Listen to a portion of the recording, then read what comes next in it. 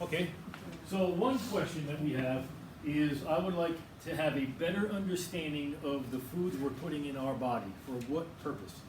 Are you talking about for weight loss? Are you talking about for health? Are you talking about for improving performance? Or all of the above.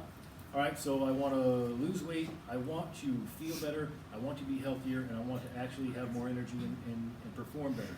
Okay, because one thing that I want you to keep in mind is not all actions, all paths do not lead to the same place. So they intersect, but they don't lead you to the same place. So how you eat for fat loss versus how you eat for, thank you, Ron, how you eat for wellness, they are similar but not exactly the same. All right, so tell me about the foods. Anything else that you'd like to know on your way before you leave here today? Tori. How behavior change or just your behavior thoughts affect wellness, lifestyle, eating habits. All right, so then we have behavior change versus diet, right? So what the hell's the difference, and why would I do one versus the other? That's a V, by the way. I'm going to try not to write a lot today because my V's, my H's, my 4's, my L's, and my C's all look exactly the same. Any other questions? So tell me a little bit about behavior change versus dieting. Maribeth. I understand what my process should be as I go forward. Okay, so how should I be looking to individualize what I'm trying to accomplish? All right, very cool. Anybody else? Anything else you're looking for? You guys at home? My mind is open. Thank you, John. Anything else you want to make sure that you covered? Proper nutrition, when you're doing all this. Okay. Proper nutrition, and like you say, protein so much, protein, but what do you mean by, what kind of proteins, depending on what you're trying to do? Sure, okay. And your name is? Pam. Hi, Pam. Pleasure to meet you. So what is, quote unquote, proper nutrition for what? Well, I want to start off with weight loss, but then I want to move and transition into proper health and fitness. Okay, so you just said the really cool part right there, right? You named the process. So what does proper nutrition look like? What does that look like when it comes to my goal first is weight loss, then I want to focus more on health? So there's a process, right? So I'm going to start off with weight loss or fat loss, and then once I've achieved that, I'm going to move into health. Is that accurate, Pam? Mm-hmm. Okay, anybody else? Anything else you'd like to have covered today? No? Okay. Okay. Finding your why. Like, why are we here? Why are we doing this? Why do we want change? All of that fun stuff. All right, so determining your purpose, your reason for doing whatever you do, or not doing whatever you do. Okay? Anything else you would like covered? Yeah, I got one. Yes, sir. How certain foods could affect your emotions. All right, cool. So what is the link then between food and emotion? You're talking about emotional eating, or you're talking about once I consume something, how it makes me feel? Both, but more or less once I consume something, how I react to it. All right. How to stay on. How to stay on plan. Thank you, sir. Ryan. So once I start something, how do I keep moving forward without any yield and any deviation? Anything else? It's a lot of really good questions, isn't it? All right, cool. I'm now going to spend the next 35 to 40 minutes telling you all about me, who I am. Nothing? Thank you. Goodness, thank you very much. You're welcome. So my name is Robert, in case we haven't met. I am a very, very fortunate individual. Next month, about 3 weeks from now, I turn 48 years old. So you were right. there was some sort of discussion about it, that whether I was going to be 47, 48, or 58. The correct answer is 48. I was 18, you're right. Thank you. You're welcome. I have spent my entire adult life in the fitness industry. Pretty crazy. So I am in my 24th year of coaching. I might be 25th. I don't know. But I've had a couple really cool opportunities in my life. So I have been coaching people and coaching businesses, but for 12 years I spent traveling the country as a certification educator. My job was to certify personal trainers and dietitians. As a matter of fact, in my time, I've certified more than 10,000 trainers. Pretty neat. I've written some curriculum, and I've also been fortunate enough to write some books, which are, by the way, for sale on Amazon. We'll give you links so you can go buy them. They're very good, by the way. I know the author. Shameless plug. Sarah just texted me, she's trying to log on, and she can't find the password. It's the same one as always. Innovation? Yep, thank you, appreciate that. Sorry? Yeah, capital I. Nice. So, Innovation Fitness Solutions, we've been here in this facility for about 12 years. I have had brick and mortar facilities for about 15. We were up to 3, and now we're down to 1 big one. The goal of this company is really to make sure that everybody that's here, we have not just the members, but the staff. The goal is to help. So you come in with things you want to accomplish. Our job, our goal, our mission is to make sure that you do it in the most efficient, safest way possible, but also, just like our tagline says, results for life. One of the biggest fat loss and health suggestions I will give you is so we focus on results for life. And what that means is that we don't take shortcuts. We don't utilize short-term methods for long-term goals. And I'm going to stress to you that neither do you. And we're going to talk a lot about what that looks like, what that feels like, and why just trying to do something for now, then focusing on something else later, always will backfire on you. I'm just going to lose 10 pounds, then I'll focus on eating right. Or I'm going to go on this diet so I lose weight, it'll give me motivation, and then I'll work on different goals. So results for life simply means that you start from the long term backwards. Short term, shortcuts, well, they always make whatever you're doing longer and harder to achieve. And a lot of times, whenever you take those shortcuts, well, you talked about emotions, it makes life harder. It makes life harder from the standpoint of I try something really restrictive, I'm not able to stay on plan, and then what that forces me to do is stop because I can't keep doing it, and now I feel, number one, I felt bad before, number two, I've just accumulated another failure, another loss, and I feel even worse about myself now.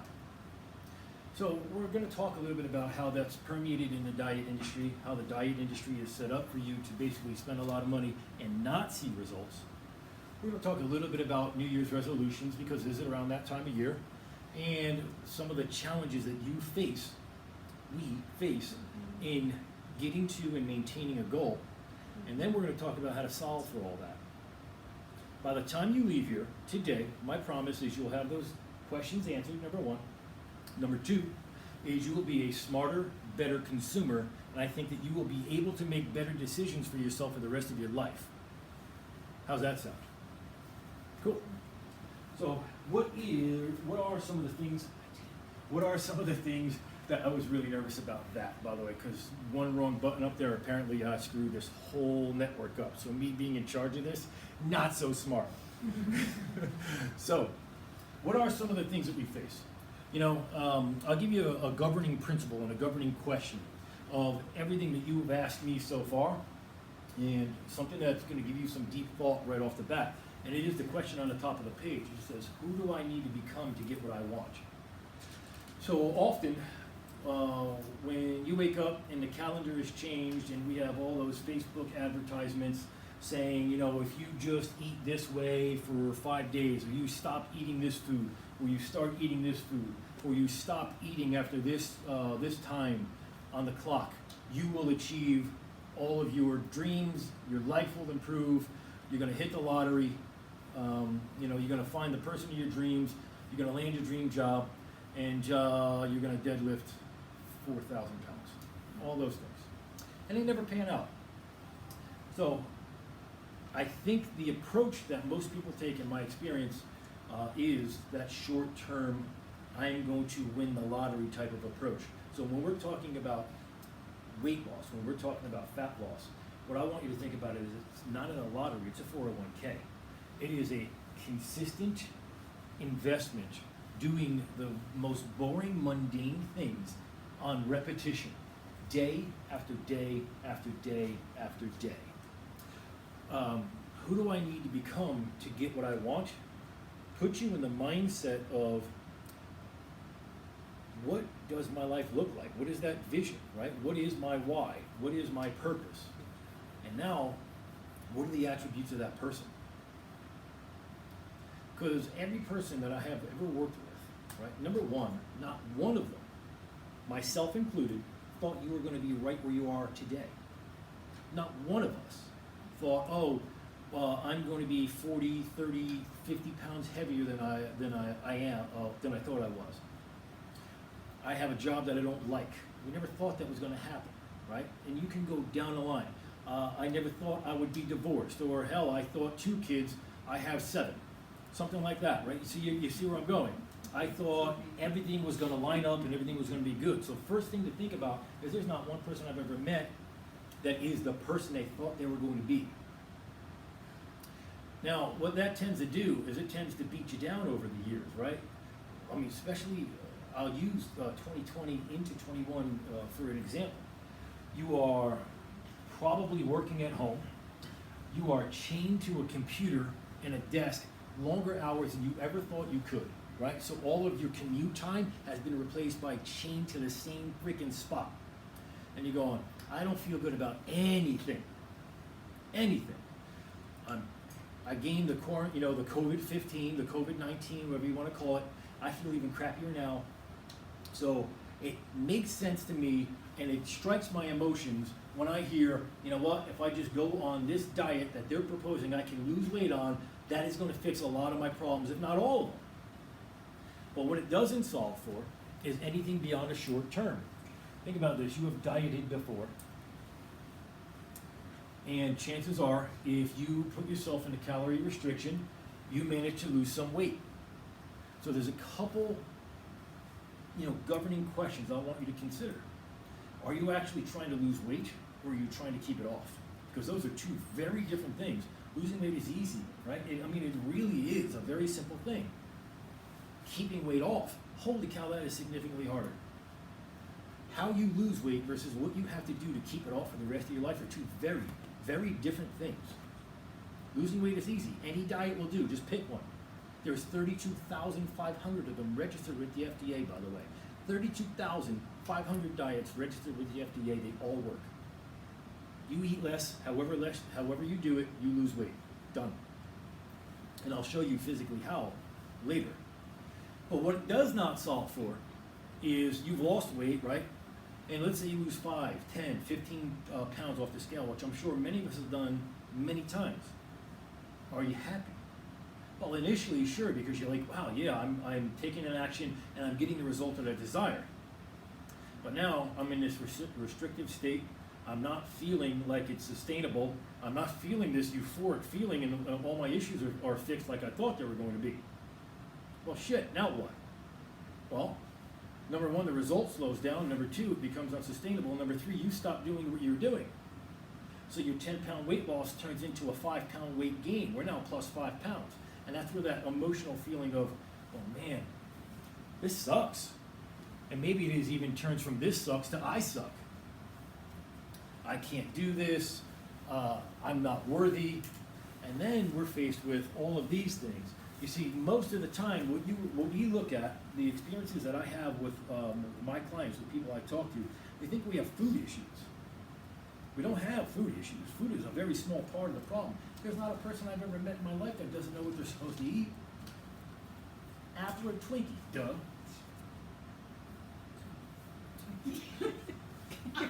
I said supposed to. Right, so that's your thought there, right? It's apple or Twinkie. It's, grilled chicken or fried chicken parm. It's a box of pasta or a serving of pasta. We know. I've never met a person that doesn't know what they're supposed to eat, but we try to fix non-food issues by being this really restrictive mindset with food. And then we're surprised and upset when it doesn't freaking work out the way we thought. That's because of this. You see this screen up here, the screen that's up for you guys right now? Who do I need to become in order to get what I want? Is food part of the issue? Well, of course it is, because we're surrounded by it. It is literally everywhere. Usually I've got some in my pocket. I don't happen to right now. But who do I need to become to get what I want? Simply means I have these long-term goals. The goal is not to lose 10 pounds and then gain 15 pounds back, so I'm 5 pounds heavier. And if you have proof that a diet has done that for you before, or 5 times or 10 times, then what you have is a list compiled of all the ways that you don't need to try moving forward. What we do need to do is figure out who you are actually trying to become. What's that look like? Am I a person that chronically diets? Am I a person that reacts emotionally when I don't feel well? Am I a person that chooses my response slowly? Am I a person that learns to gain control over my emotions? Am I a person that does not easily get stressed? Am I a person that grows their patience muscle? Am I a person that chooses health and healthful things much more than being unplanned, unprepared, and then reacting and choosing my foods that way? Am I a person that knows what my next meal is, where it's going to be, that I'm going to have this for dinner? Or am I somebody who waited so long to eat that I pull into Wendy's on the way up here? Am I a person that invests in my 401k? Or am I somebody that's taking that money and trying to win a lottery with it? Only you get to decide that, not me, not anyone else. You have to know who that person is. And these are the components of your life that we need to address. Yeah, food is part of it.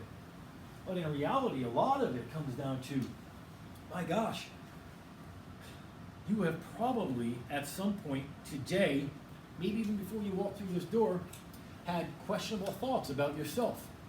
Things that maybe weren't all that positive. Things that maybe you would never say to another human being, that you could actually think to yourself or about yourself on a constant basis. The way that you think and the way that you speak to yourself internally, your thinking, man, that's a habit. And that habit affects so much of what you do. When you're in a good mood, you probably choose different things when you're in an upset or a bad mood, right? That's all based upon your thinking. So now you can have the perfect plan, you can be on the perfect diet, you can even have it spelled out. Everything goes well as long as everything is going right in life. As soon as something goes wrong, it all tailspins. It doesn't matter what you're trying to accomplish, what you're trying to follow. If you are not thinking, at least realistically or positively, and you are being negative towards yourself, it is a matter of time before you just simply stop doing what you're doing.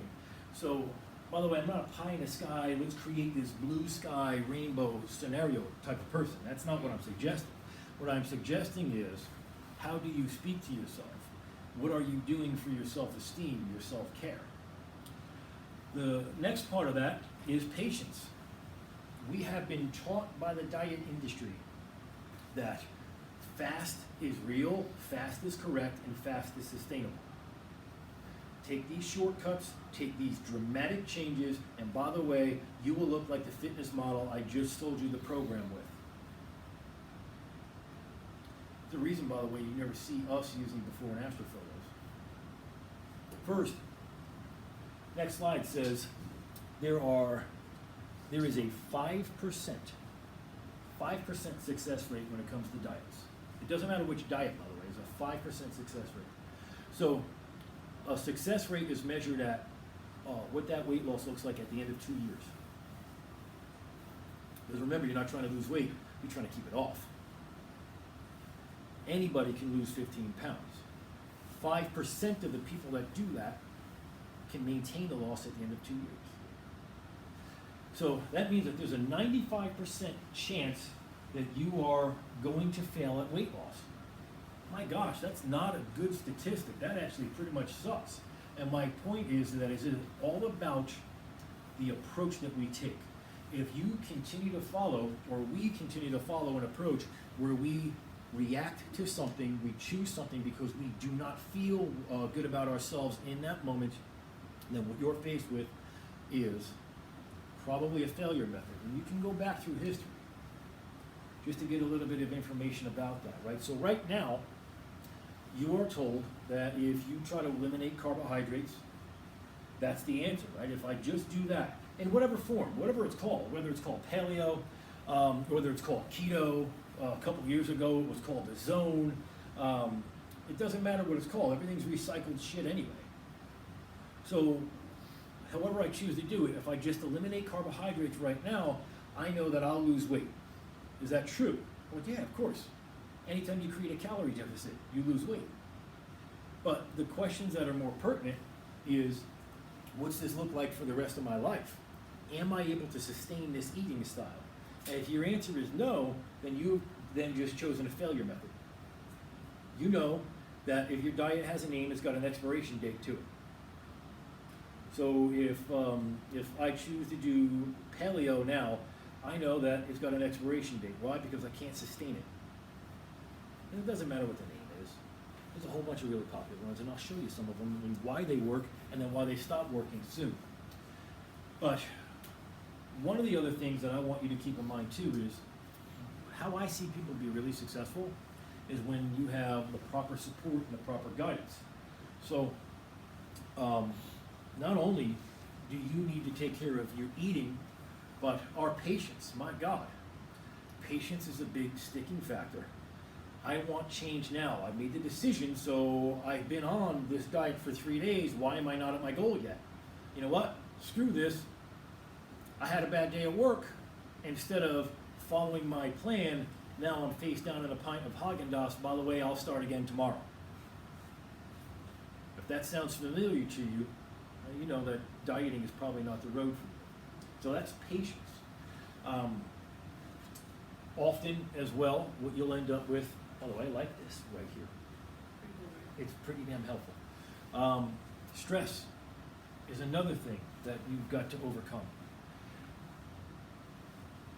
I started to mention, you know, a lot of us are kind of stress monsters at this point. Our response to stress is probably not the healthiest that it could possibly be, and that puts us in a mindset that's not the most helpful it could be.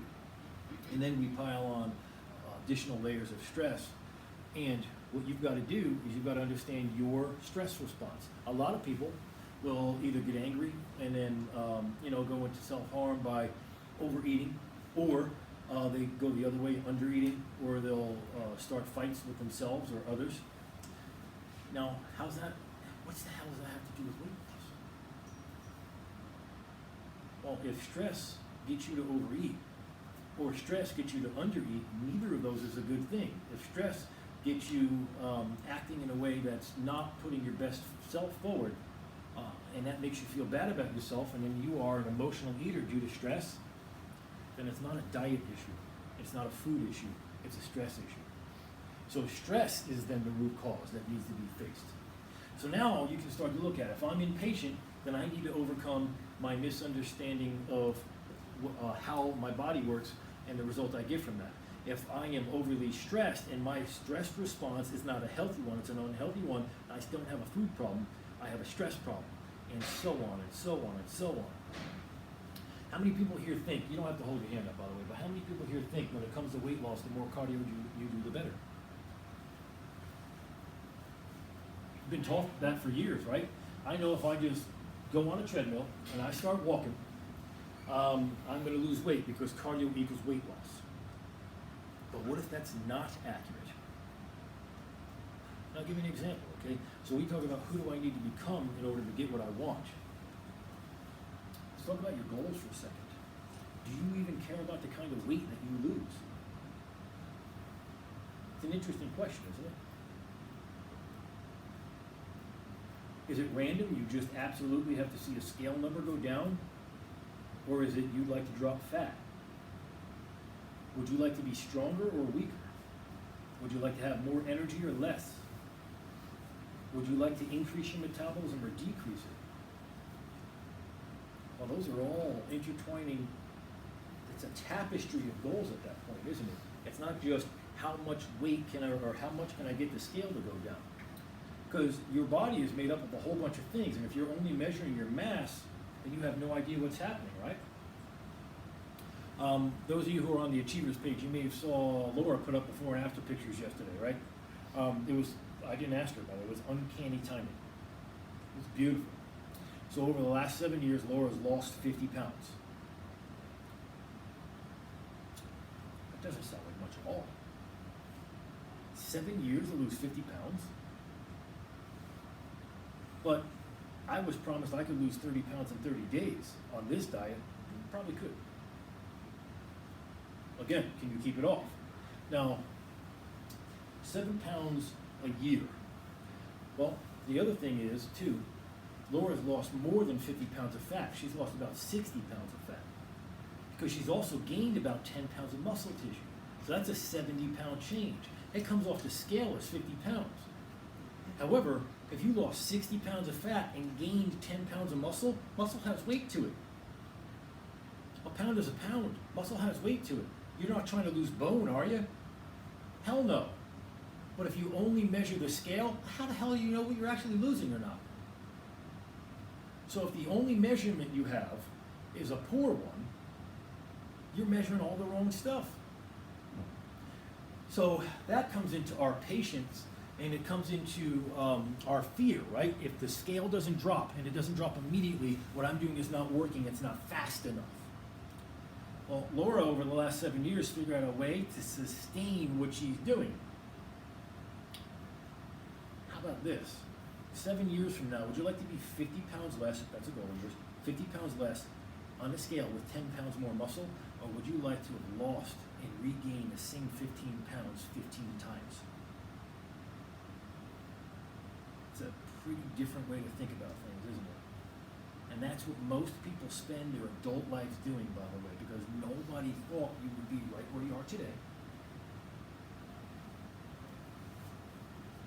And we go about doing things in the same methods because we don't know what else to do. So I'm just going to go back to what I thought worked for me. I lost 10 pounds on Weight Watchers, not remembering that when I went on Weight Watchers, I lost 10 pounds, but I ended up gaining 5 extra. So I'm 5 pounds heavier doing Weight Watchers. I didn't lose 10, I gained 5 pounds doing Weight Watchers. So we always remember the midpoint, not the end point. So the point of this entire portion of the talk is you've got to take a look at all of the aspects of life. Yes, we have food issues, absolutely. But what are they tied to? What are the root causes? And what is it that we need to overcome so we can continually move forward? And it is not just food. Movement. What are we doing for movement? If strength training, I told you that strength training was much better for fat loss than cardio. That sounds weird, doesn't it? Because I tell you what, on your magical Apple Watch, you won't burn as many calories as you do doing cardio. You will not. Does that mean that it was a worse workout? Well, no, your Apple Watch doesn't get the big enough number. However, when you strength train, number one, strength training gets you stronger, cardio doesn't. Number two, strength training builds muscle. Muscle tissue, by the way, is the primary mechanism of metabolism. Metabolism is how many calories you burn. You looking to burn more calories over time or less? So number one, strength training creates tissue damage that has to be repaired. That takes energy over the course of days to repair, number one. Number two, is strength training is the only way to add muscle tissue. Muscle tissue does two things for you. It burns all the calories, and it's what makes you tone. When you think, well, I need to lose 20 pounds in your head, what's that look like to you? Do you look like a smaller version of yourself, or do you look somebody who's fitter and leaner? So what you're envisioning in your head is more muscle, less fat, not just weight loss. Something to keep in mind. Eating less, by the way, dieting will never give you a lean, healthy physique. It'll just make you smaller and hungrier. Well, that sucks. So let's talk a little bit about New Year's resolutions, shall we? Now, Commitment to lose weight is the #1 New Year's resolution in America. The reason that we do this seminar at the end of January, not the beginning, is because your friends, not you, not us, not we, have probably already tried a diet and failed already this year. As a matter of fact, I will go on record and I would say, when is the last time you, as an adult, were not either A, actively trying to lose weight, or B, thinking about starting to try to lose weight? Fuck. Sorry? Never. Right. There's never been a day I didn't think about that. Okay. Since I was probably 20. From my position as a coach, that hurts my soul. For real, that hurts my soul. Because that means that you have been trying for 13 years.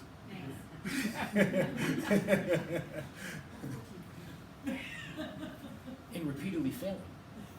You see what I'm saying? That sucks. That really sucks. And those losses build.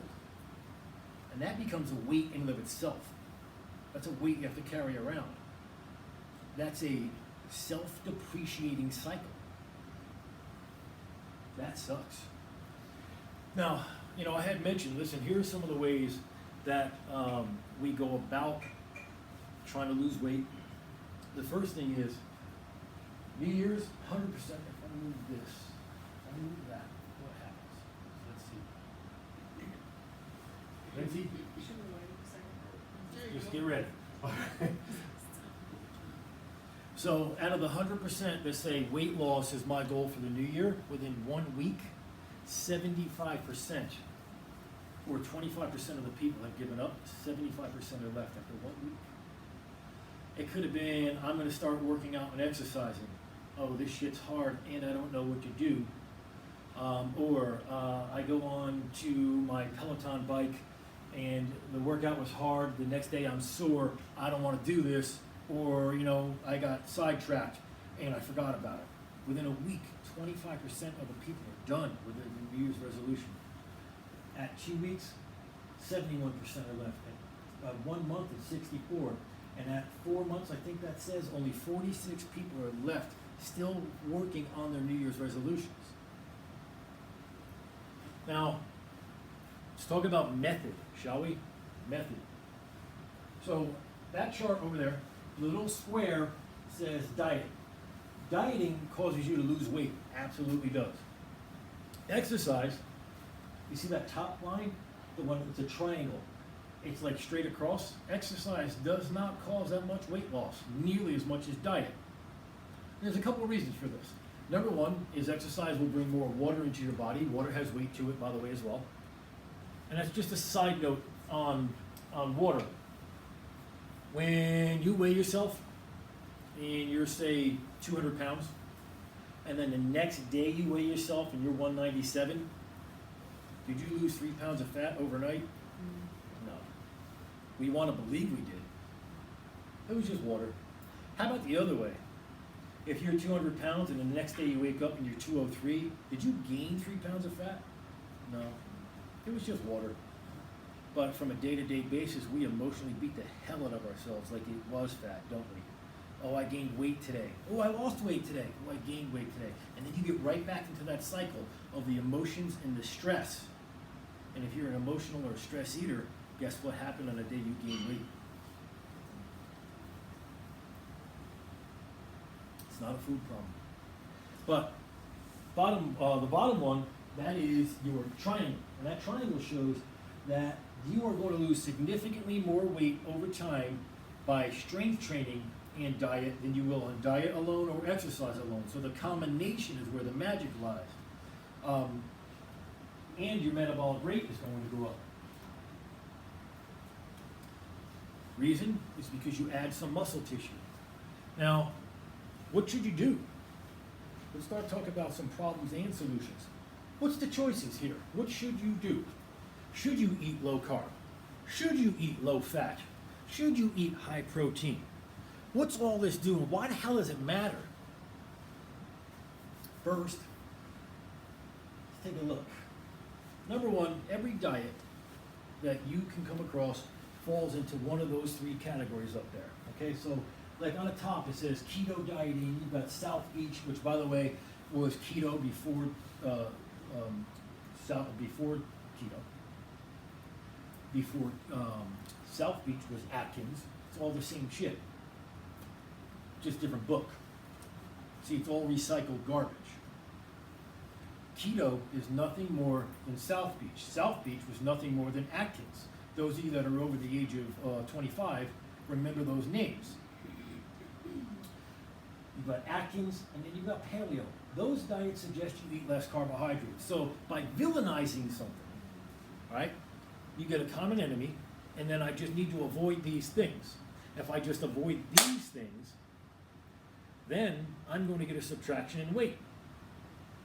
And again, if your diet has a name, it's got an expiration date. Why? And what does that mean? It means you're just not going to be able to keep doing it. When you tried Atkins, were you able to do it for the rest of your life? No.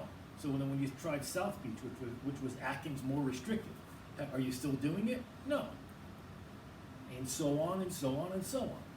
Now, if it fits your macros, means you have these magical protein, carbohydrate, and fat numbers, and if you just hit those numbers, then everything is good in the world. Weight Watchers, which is nothing more than a calorie counting system. 50 calories equals 1 point, so you're only allowed to eat so many points. By the way, you're calorie counting.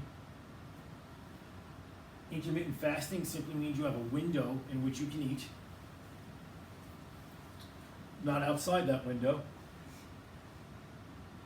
And then the macros, that simply means that you want to go ahead and eat everything, but you just want to eat less. And then you've got things like Pritikin, the Mediterranean diet, veganism. Those things are all high carb. They also promote weight loss too. So depending upon which radio station you're listening to at what time, on which day, or which Facebook ad pops up to you, you're told to eat high carb to lose weight, you're told to eat low carb to lose weight, and you're also told you should eat low fat. But we've already tried all those things.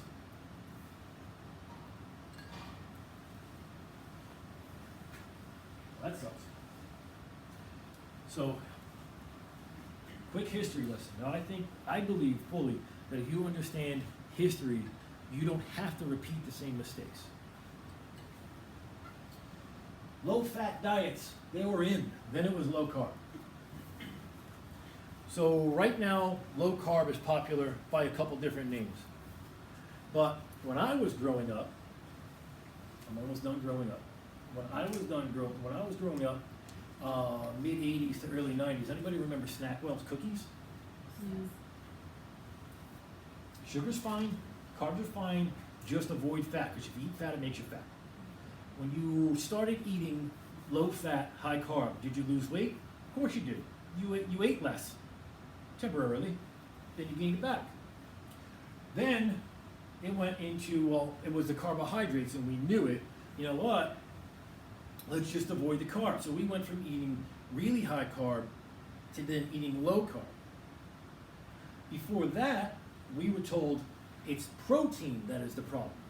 Dr. Pritikin preceded Dr. Atkins. He said, only eat carbohydrates, don't eat protein or fat, and you will lose weight and be healthy.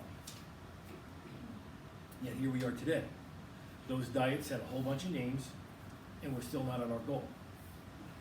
So, here's where the smarter, better consumer comes in, okay? When you are fed bullshit, I want you to use a bullshit detector. The bullshit detector is on the right-hand side. Every single diet of the 32,500 of them have two things in common. Number one, they are going to get you to somehow eat less than you are now. Because you cannot lose weight unless you are eating less calories than you're burning off. It's the laws of thermodynamics. There's no ways around that. It's physics and math. You can't argue it. It just is. So, number one is I'm going to get you to somehow eat less. Number two, I'm going to wrap it up in a beautiful gimmick. You're telling me, by the way, that if you eat at 8:15 p.m. instead of 8 p.m., that is the difference between you succeeding or not?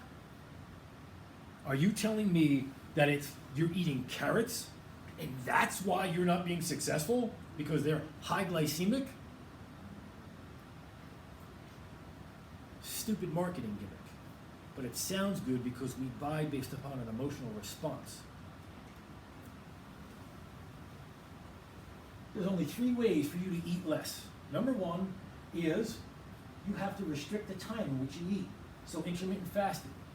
Intermittent fasting sounds new, it's not. 30 years ago, Oprah Winfrey, on her talk show, took a wheelbarrow with 30 pounds of fat and wheeled it onto the stage and went, look what I did. I lost 30 pounds. My trainer, Bob Greene, who then wrote 17 books on please do not eat after 8 o'clock at night. How'd you do it, Oprah? How'd you lose 30 pounds? Well, my trainer said not to ever eat after 8 o'clock at night. So I stopped eating after 8 o'clock at night, and look at me. Number 1, she tied it to one thing, not everything she was doing. Right there, my trainer. She was working out, she was strength training, but she said, I don't eat after 8 o'clock. So instead of understanding the whole of what she was doing, she made one thing the villain, magically eating after 8 o'clock. What if I'm on a plane and I go from the East Coast to the West Coast? Do I have to stop eating at 5 or is it 11 o'clock? I get very confused about this shit. But that was intermittent fasting, which is from the military, by the way. That's the military. If you're in the military, they bring you into a mess hall and you are given 10 to 15 minutes to eat as much as possible. Then they don't feed you again for 6 more hours. That's intermittent fasting. It's the same shit rotated. So, or you can do the amount. So I have to count my calories, and as long as I stay within this magical allotment, then I will be fine, until it's not. Anybody ever do calorie counting before? Did it work? They watch it. It worked for a while, didn't it? For a little Then bit. what? If you are Then I stopped stuck counting. if you are stuck in a calorie counting mindset, you know what you have to do to keep having success? You have to continually eat less and less and less and less. Think about this, right? If you lose 10 pounds, do you burn more or less calories every day? Less. You don't have to carry around 10 pounds anymore with you. You lowered your metabolic rate by losing weight, by the way. Just because you don't have to carry, if you had a 10-pound weight vest on you, you would burn more calories. But if you lose the 10-pound weight vest, you lost more calories. Your metabolic rate's lower. And you do that with taking food away. The body is an adaptive machine, by the way. That's its job. Its job is to adapt. So if you have to take food away, and then you go, oh great, I was eating this much, now I'm eating this much, insert name here, doesn't matter, and you adapt to that, your only other thing that you have to do or can do to see more results is go, well, now I have to eat less. Who here wants to eat less? Not a hand. Yikes, that's tough. So the other way, that is the only other way that you can eat less is by restricting the type of food that you eat. Carbs are the enemy, or fat is the enemy, or how about this, the bad carbs are the enemy, or the good carbs are fine. You must eat the protein, etc. So you villainize something. I can only eat things that were grown in the ground, paleo. So if we eat like our Paleolithic ancestors, which ones? From where? Paleolithic, it wasn't a day, it was literally thousands and thousands and thousands of years. It was an era. And where? You go down to Florida, they eat slightly different than we do here, and we're all interconnected now. Which paleo are you following? From which area of the world? But it sounds good when you hear it. Or something like keto, right? If you can get into ketosis, that means that you are burning fat instead of carbohydrate. That's a good thing. What if I told you that it actually doesn't really matter? Using fat for fuel versus losing fat are two different things. Were you aware of that? Body fat and energy are two different things. So the body creating or getting into ketosis and using fat for fuel doesn't equal fat loss unless you are in a calorie deficit, and that can be accomplished anyway. Yeah. So hopefully you are now better armed to battle diets. There's your promises. We go on our roller coaster. I'm simply asking you to get off the roller coaster.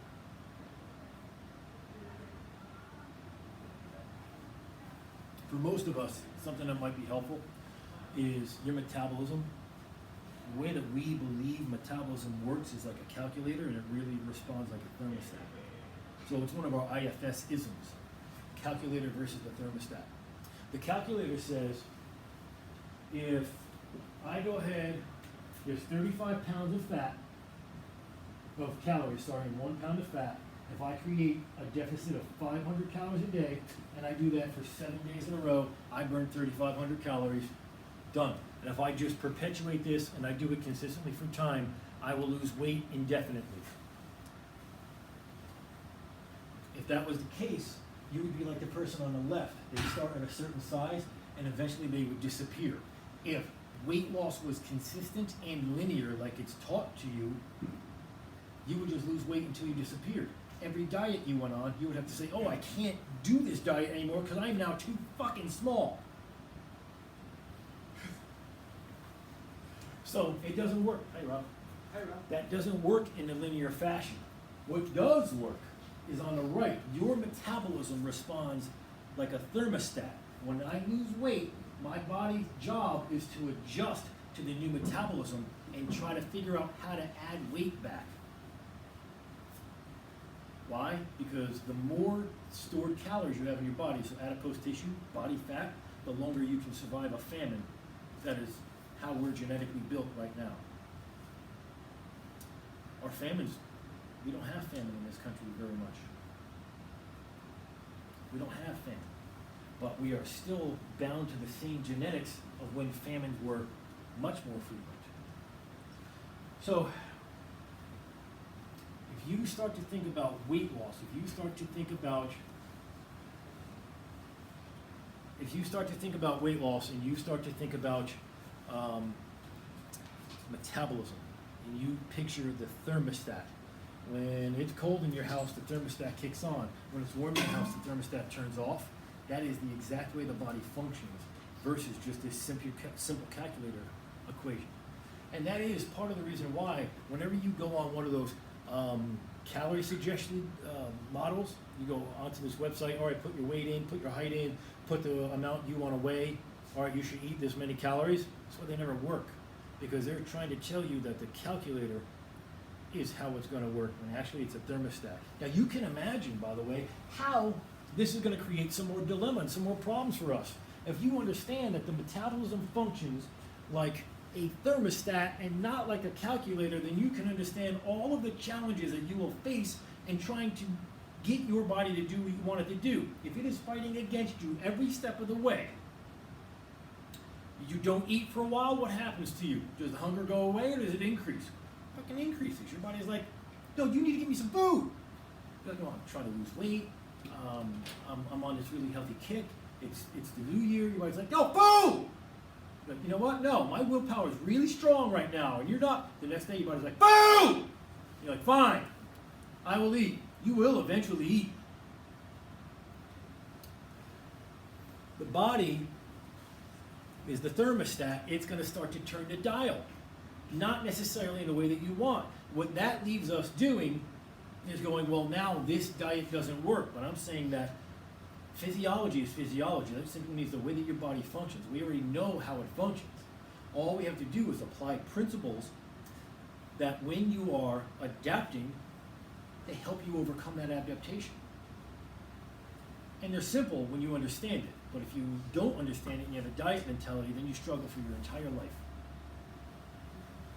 So what's some of that look like? Oh, by the way, this is just a really cool chart.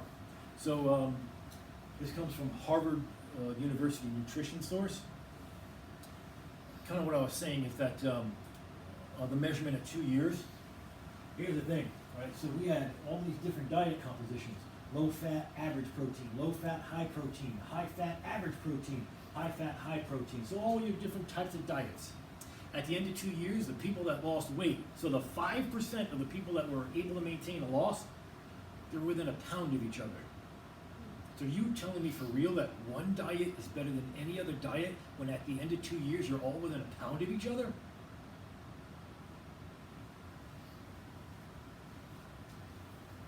That seems pointless.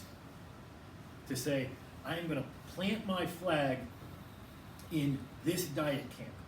I would love for you to be a diet and nutrition agnostic. Figure out what works for you.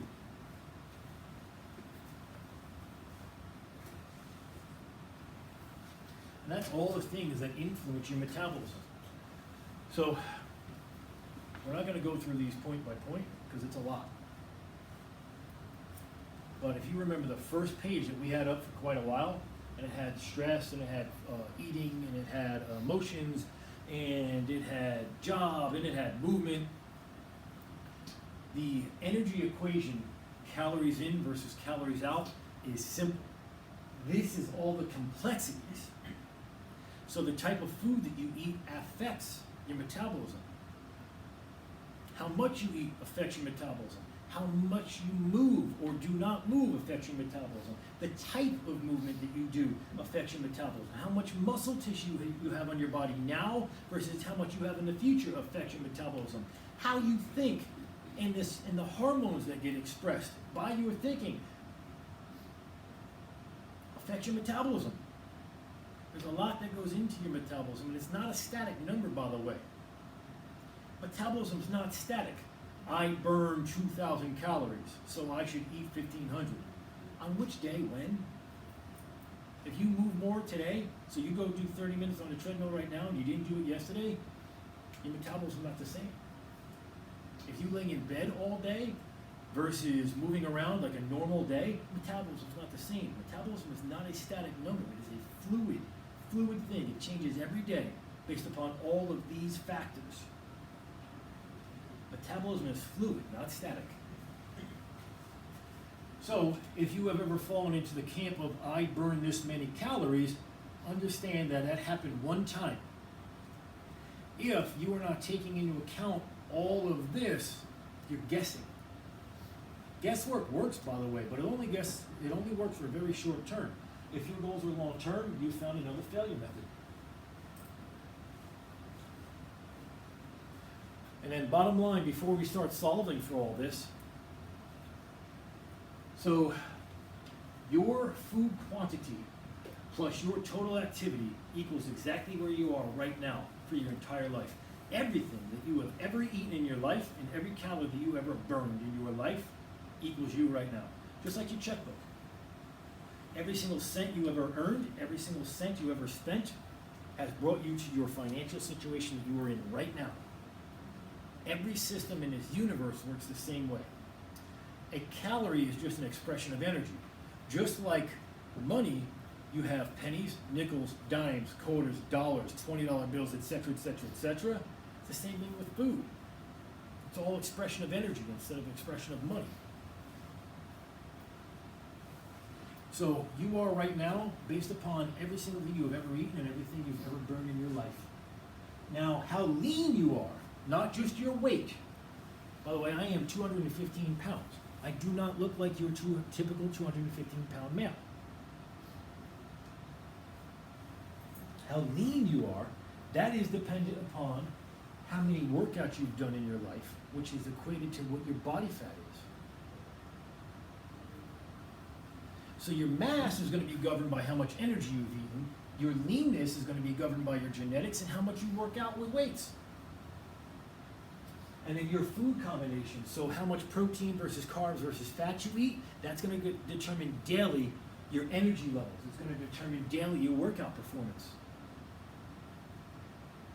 Just like your sleep does. What happens when you sleep well for a couple of days? You feel like you can run through walls. What happens if you sleep like crap for a couple of days? You will eat everything that doesn't outrun you. So that's the state of your body right now. It's how you got to where you are. You are a combination of everything you've eaten versus burned off. Your leanness is controlled by how many workouts you've ever done with weights and your genetics, and your daily energy is determined by what kinds of food you eat that agree with you or not.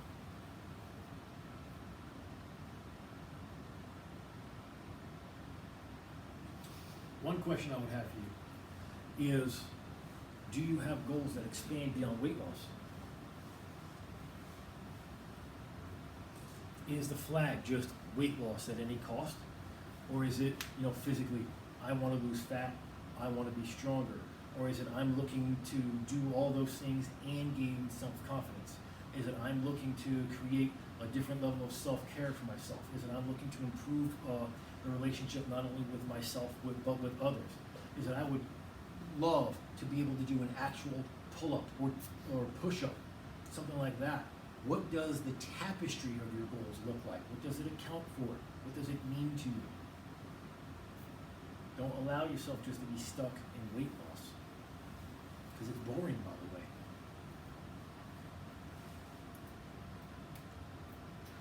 So how do we get there? Now we've built this gigantic problem. How do we solve for it? Well, let's talk about how to solve for it. Let's talk about your transformation principles. Number one transformation principle is we've got to learn to stay positive, right? So because everything ends and everything comes back, everything's cyclic. So if stay positive to me means a better description of that is learning how to deal with your emotions. Emotional control. I call it responding rather than reacting. Most people that I meet that struggle on a regular basis react. Oh, I'm angry, so I lash out. Or I'm angry, so I eat. Oh, I am sad, so I get depressed and I skip a workout. So on, so on. So emotional control is one of the most important aspects of long-term sustained results. Emotional control. Also having a plan. One of the IFSisms that we use around here, and it's simple as hell, is if you just do this for the rest of your life, you know what, when, and where your next meal is, you have won the food game. It's that simple. What am I eating? When am I eating it? Where am I eating it? If you can answer those questions 3-4 times a day, you don't have any food issues because you already have a plan in place. What am I eating? Where am I eating it? When am I eating it? I now know what I'm doing next. I don't need to worry about next month. All I need to worry about is what's next. So that's prepared, being prepared, planning ahead, and also emotionally learning how to rebound from setbacks. Life is not linear. Nothing is linear. There are ups and downs. Most of them are like this, right? Most of them are like this. Some of them are like this. But most of them are like this. So by learning to rebound from setbacks, understanding first that they're coming, and that your motivation does not factor into it at all, I think it's an important point. Your motivation does not factor into your ability to succeed or not. Only your commitment does, and only your ability to rebound from all the setbacks that are thrown at you will. So what's a rebound from setback look like? I missed a workout, so I knew I couldn't do this, I quit. Well, that's a setback. Typical person goes and stops working out until their life and their emotions get bad enough, they get disgusted enough with themselves, they say, oh, I need to go back to working out. Rather than saying, I missed a workout, but you know what, tomorrow's another day. That's simple. That's what a rebound from setback means. Most of them are like this. Some of them are like that, but they happen every day, usually multiple times a day. This person cut me off, now I'm pissed at them. How do I respond to that? Do I hold on to that anger for the remainder of the day, and that now shades every single thing that I do? Or is it something that I learn to let go and I just move on with my day?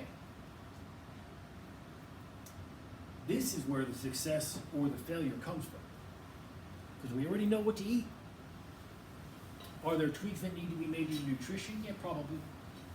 Sure, probably. But fundamentally, you already know what to eat.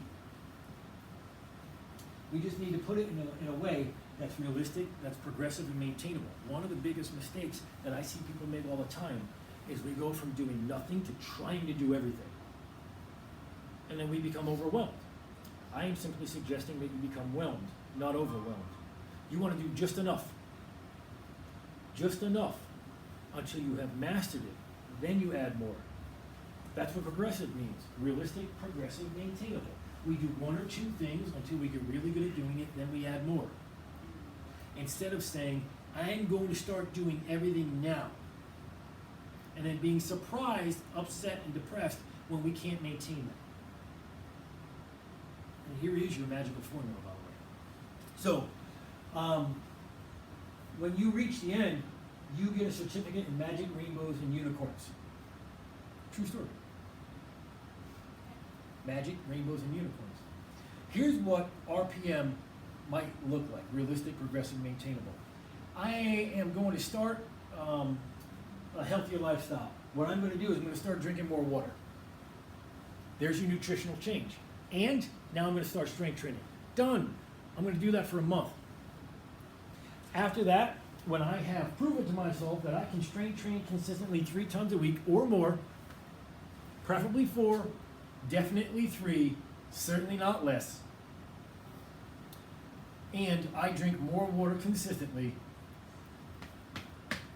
self-pride, give yourself a hug. Next year, this time, we'll be able to hug each other again. It'd be awesome. But for now, we do air hugs. I move on. So I'm going to drink more water, I'm going to strength train, and now I'm going to add some veggies.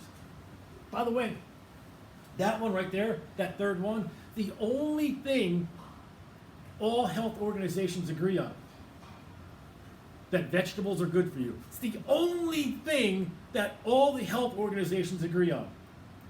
We all agree on you should be eating more veggies. Everybody else is like, screw this on everything else. It's like, no, you're wrong. No, you're wrong.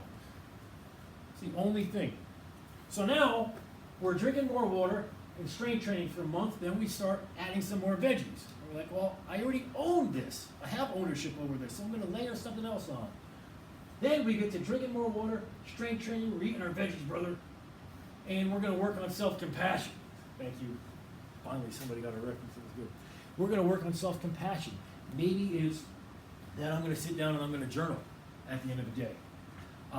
Maybe it's I'm going to read something uplifting.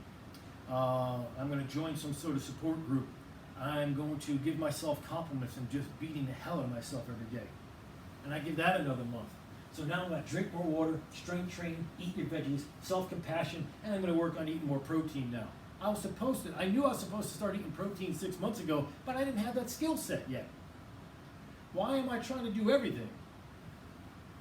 I'm 5 years old, I'm entering kindergarten, but I'm gonna try and pass kindergarten by taking my master's degree tests now. And then you do all that for the rest of your life, and then you end up with your magical certificate with rainbows, unicorns, and life. That's it. That is RPM, realistic, progressive, maintainable. I do a couple things, I do them well, I do them consistently, then I add more things. When it's a habit, I have ownership. Then I stay whelmed, not overwhelmed. Just keep in mind, right? So calorie restriction in any form will always result in weight loss. If you eat less than you burn off, you will lose weight. That's all there is to it. It can be done in a combination of ways. One is you can eat less, or 2, you can eat the same and move more, or 3, you can eat a little bit less and move a little bit more.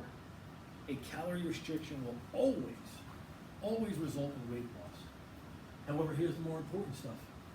Is it sustainable for you? Are you chronically hungry or full? And how's that feel for you? Do some foods make you anxious? You asked about emotions. Anxious is an emotion. So if I think about having to eat something that's on my diet plan and I don't even like it, I don't want to do this. I don't want to do this. And then you become draggy. Now, coffee, by the way, is excluded from that. You should drink more. It's a true story. Does how you eat determine your happiness?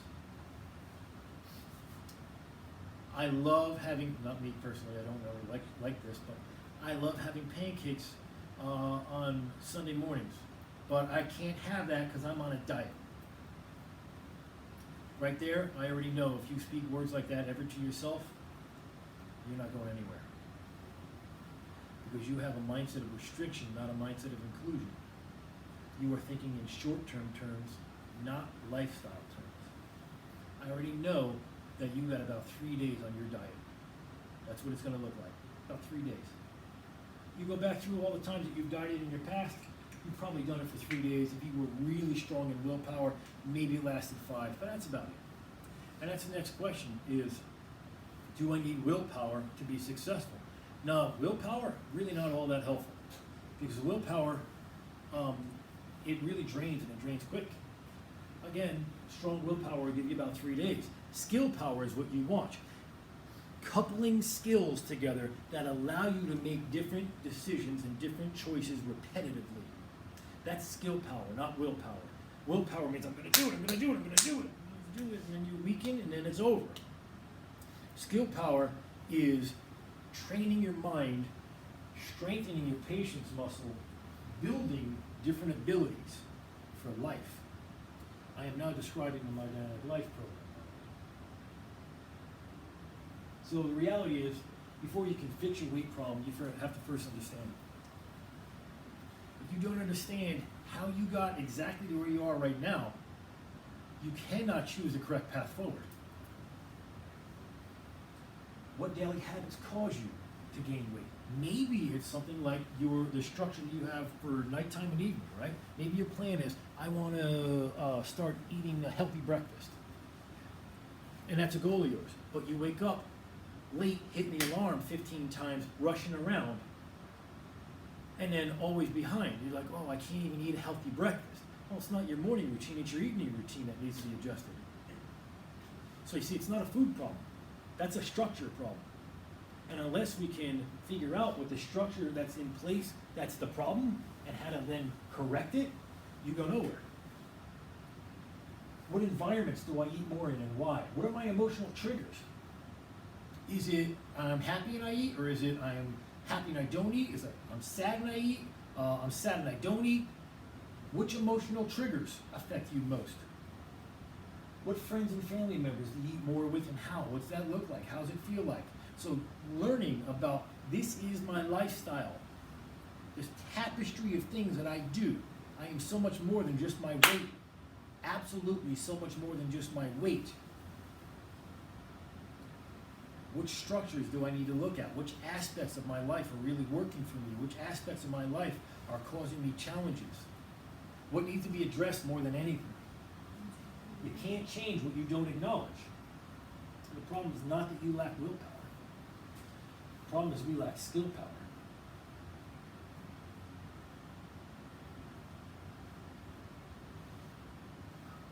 So here's a couple really good questions for you. A year from now, you're different. What's changed about your life in a year from now? So this question is just framed to get you into more of a long-term thought process. Short-term's easy, right? Oh, I want to lose 20 pounds. All right, well, that may or may not happen from the next diet you choose. However, in a year from now, who are you? Right where we started. What's your response to stress look like? What do your food choices look like? What does your workout schedule look like? Are you a person that is committed to exercising, or are you a person that's committed to skipping workouts? Do you rely only on doing things when you're motivated? Or are you going to do the things that need to get done no matter what? Have you figured out how to de-stress yourself, or are you still a stress monster? Are you still skipping your meals because you're unplanned, etc., etc., etc.?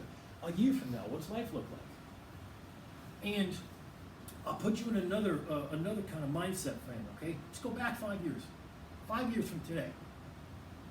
What were you doing then? And if it's saying the same shit to yourself that you're saying right now, we got to change that. Because that means you will be in the same exact spot 5 years from today that you were 5 years ago. There's either a growth mindset or there's a fixed mindset. Growth means you are going to do different things in different ways. Fixed means you're just going to pound it into the ground and stay right the way you are. Except the average American gains 2 to 3 pounds a year, you'll be 15 pounds heavier in 5 years. Why do you really need to change? Now, this is a question you asked. Why is it so damn important for you to change? You know, I use myself as an example all the time. So I have two boys. One is 16, one is 9. My why, so what gets me to take action all the time is my job is to function as a really good, solid role model for them. Not a perfect role model, not mistake-free. However, that means that the way that I talk to them when I'm happy or when I'm angry matters. What I spend money on, what I don't spend money on, what I save, how I save, where I save, if they're seeing me save, how I treat people, how I speak to myself when I'm angry or sad or happy, how much healthy food they see me eat versus how many snacks or treats they see me eat, etc., etc., etc. That's my why. It's a responsibility that I have that is significantly above I need to lose weight. Why means I understand who I am, what I'm trying to accomplish, what my responsibilities are, and why doing these things is so damn important to me. And that is how you overcome motivational dips. Because no one is always motivated. No one is always motivated. It is easy to act when you're motivated. However, your motivation is going to be dwindling down very soon if it's high. You know that. That means that you need to get wired on commitment and on why. The emotional reasons why you choose to do things. And then overcome your excuses. Most of us are really good excuse-making machines. I can't because this happened or this happened. I can't work out because I ran 5 minutes late on my meeting, or I have to go do this or this.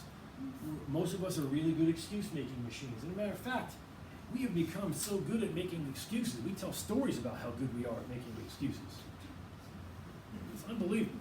Some of you are like, yeah, you got it. But that's a fixed mindset, by the way, and that keeps you stuck. You're going nowhere. If you can come up with a couple of really good reasons as to why you're going to continue to act no matter what, guess what? You're going to succeed. So what does the My Dynamic Life program look like? It's 16 weeks and a 20-week program, but I'll explain that in a second. 16 weeks. We're starting with a Metabolism Masterclass. A Metabolism Masterclass simply means that we have to understand biology, physiology, how you function, and how your brain controls all of this. So a little bit of neuroscience, a lot of behavioral modification. You have to know how the brain works, you have to know how the body works. By the way, we already know. It's not Robert saying this, it's science saying this. I just put it in digestible chunks. It's not my research, it's just my program. So we take how the body functions and we put it in digestible chunks, and then we surround it with continuous support online in your private Facebook group where you get to do Q&A and get some inspiring and motivating things, but also direction. A lot of us don't know what to do next, so we go doing the same things. Well, you got to do something different. That's where we come in. Not only do you get the direction, not only do you get the support, but you get the education on what actually needs to be done collectively as a group, but also individually. Because your adaptations are going to be different. The person who has tried dieting and failed 20 times needs a very different program than a person that's never tried to lose weight before. Your adaptations are different. So we begin with a Metabolism Masterclass. You get to own this, how it works, and how to maximize your metabolism. And then we move into a Mindset Masterclass. That means that you get to figure out how to hold yourself accountable. Long-term success is going to come from your ability to learn how to hold yourself accountable and take action in spite of anything that's happening in your life. Short-term, I get the temptation. Absolutely, I get the temptation to want to say, I need support, I need accountability. And that does work short-term. Long-term, it doesn't. because success has got to be internally driven, not externally driven. So yeah, you have to get some external accountability and motivation, and that gets you started. But then somewhere along the line, commitment has to take over, and it's got to become intrinsic. And that's what we're going to unlock. How do you go from external motivation and external response or reaction to internal drive? That's what Mindset Masterclass is all about. So we take care of the physical actions in education, then we're going to teach you how to do it for yourself for the rest of your life. So your program accomplishments, if you think a positive, supportive environment aids you in achieving your goals, then we're for you. If you think simplified nutritional strategies are the way to go for you, instead of trying to overwhelm yourself and failing multiple times, then NDL might be for you. If you think having a consistent place to go to be heard, feel like you're heard, definitely feel like you're cared about and that people are here to help you, you think that is something that might be beneficial to you, NDL's for you. And you think that some reliable expert coaching and helping you overcome fear and doubt, you think that might be helpful for you, MDL is for you. If you're looking for a diet to lose 20 pounds in the next week, not for you. So, you guys have links, you should fire it away. We're going to take care of this over a long time. Slow, steady. I want to make sure all your questions are answered. Number one is, what about behavior change versus diet? We spent the entire time on that. What is proper nutrition for fat loss? It's a little bit different for everybody. However, hitting minimal protein requirements are important for the reasons that, number one, protein is satiating. It makes you feel full. So calorie per calorie, you feel more full eating protein versus anything else. However, does that mean you should not eat carbs or anything else like that? No. Your protein should be jumped up a little bit to about 1/2 gram per pound body weight. You should strive for 35 grams of fiber per day, minimum, and you should drink half your body weight in ounces of water. If you do that and you repeat that for the rest of your life, over the next 6 months, you're going to see incredible progress. Should you start there? Are you even close to that? If you're not, then we have to go through coaching. So having numbers and goals versus how you get there, two very different things. We worked on why. The link between food and emotions we talked about. So I think I have all your questions. Do you guys have any questions, concerns, non-violent oppositions? Yes, ma'am. When do we meet? Well, I'm glad you asked that, Annette. So we meet 24/7 online, and your coaching sessions are just like this, live and on Zoom. Mondays at 6:15 p.m. Wednesdays, 5:30 p.m. and Saturdays, 11 a.m. Now, our program, I want you in as much coaching as possible. So when you sign up for the program, you are not picking one. You can come to 1, 2, or all of the coaching sessions, because the more coaching you have, the faster you progress. So you're not picking one, you're doing everything you can. And they are all similar but different. So there is a curriculum, obviously, we have built that goes week by week. It's progressive. They are all similar. By the way, there's another instructor, not just me. One of our coaches, Stephanie Hardiman, she is a clinical therapist. So she gets to work on much more of this stuff. Finally got somebody qualified, not me. So you're in good hands now. Yeah, exactly. You're in good hands. I am infinitely qualified. I was making a joke. As a matter of fact, no kidding, I am about the most qualified person I know. And I do mean that. I do mean that. So we meet 1, 2, or 3 times a week, and this is what your expectations are. That is in order, by the way. That is in order. They go in that order. If you do things properly, that's your progress checklist. You will first feel more energy. Then you will notice that you have control over your hunger and cravings. Then you will notice that you are getting stronger and you are improving your performance. Then you will have increased confidence. Then you're going to increase your daily appetite. Because most of us, by the way, we toggle between overfeeling and undereating, and then underfeeling and overeating. We toggle between that.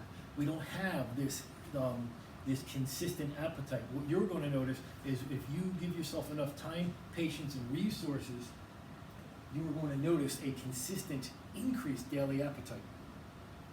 And then you're going to notice over time that your clothes fit looser, then you're going to look leaner in the mirror, your body fat's going to drop, you're going to go, oh my God, I look so much better. And by the way, finally then the scale drops. We have to correct a lot of stuff, nutritionally and physiologically, and you're not going to get that massive weight drop that you would expect from going on a diet. As a matter of fact, you might see some muscle go up first, and then your weight and fat drop, which long term will serve you significantly better, because if you told me I want to be leaner, if you told me I want to be stronger, if you told me I want to be able to eat more food and burn more calories, you just told me I want more muscle tissue.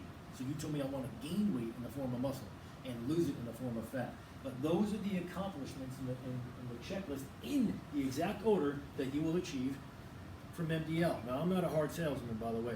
If you are ready to do something, you're going to do it. I fully believe that you are a logical thinking human being that can make proper decisions for themselves. If you're ready, you're going to do it. If you're not going to do it. You have to make that choice for yourself. You have to choose between short-term misery or long-term success. If you would like to speak to me after this, I'm around for a while. I'll answer any question you have. You guys have the link. Click it, sign up, let's get going. If you guys are ready, we'll get you the link. If you need to think about it, your answer is no, you're not ready. That's okay. Ladies and gentlemen, I want to thank you very much for your time. Thank you. Thank you. Thank you. Questions, comments, concerns, bring them over here. Guys, nice job, pals. Clap, clap, clap.